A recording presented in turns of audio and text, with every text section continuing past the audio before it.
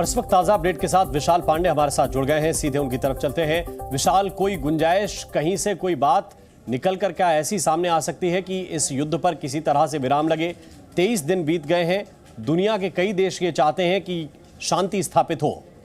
देखिए राम, अभी कोई गुंजाइश नज़र नहीं आ रही है कि यह युद्ध रुकेगा, क्योंकि इजराइल और हमास के बीच ये युद्ध और ज़्यादा बड़ा होता हुआ दिखाई दे रहा है। क्योंकि इजराइल अब युद्ध के दूसरे चरण में है, यानी इजराइल की जो डिफेंस फोर्सेज हैं, इजराइल की सेना है, वो गाजा पट्टी के अंदर धीरे धीरे कर घुस रही है ताकि हमास के जो आतंकी ठिकाने हैं उनको खत्म किया जा सके। इजराइल के प्रधानमंत्री ने कल ही पूरा एक बार दोबारा सिक्योरिटी रिव्यू किया है, तमाम जो बड़े अधिकारी हैं उनके साथ बैठक की है और साफ तौर पर कहा है जो बंधक बनाए गए हैं उन बंधकों को वापस लाने के लिए इजराइल कुछ भी करेगा। यानी अब गाजा पट्टी में बड़े ऑपरेशन दिखाई पड़ सकते हैं इजराइल की तरफ से और यह युद्ध और ज्यादा भीषण होता हुआ दिखाई देगा। राम, बिल्कुल, और ज्यादा भीषण होता हुआ दिखाई देगा। लेकिन विशाल, इसके साथ साथ एक सवाल यह भी कि प्रधानमंत्री नरेंद्र मोदी भी मिस्र के राष्ट्रपति के साथ चर्चा कर रहे हैं। दुनिया के सभी देश एक दूसरे से संवाद करने की स्थिति में है कि ये किस तरह की कोशिश आप देखते हैं? देखिए राम, भारत क्योंकि शांति का हमेशा से पक्षधर रहा है, भारत शांति की बात करता है, लेकिन साथ ही साथ भारत ने इजराइल पर हुए आतंकी हमले की भी सबसे पहले निंदा की। भारत ने आतंक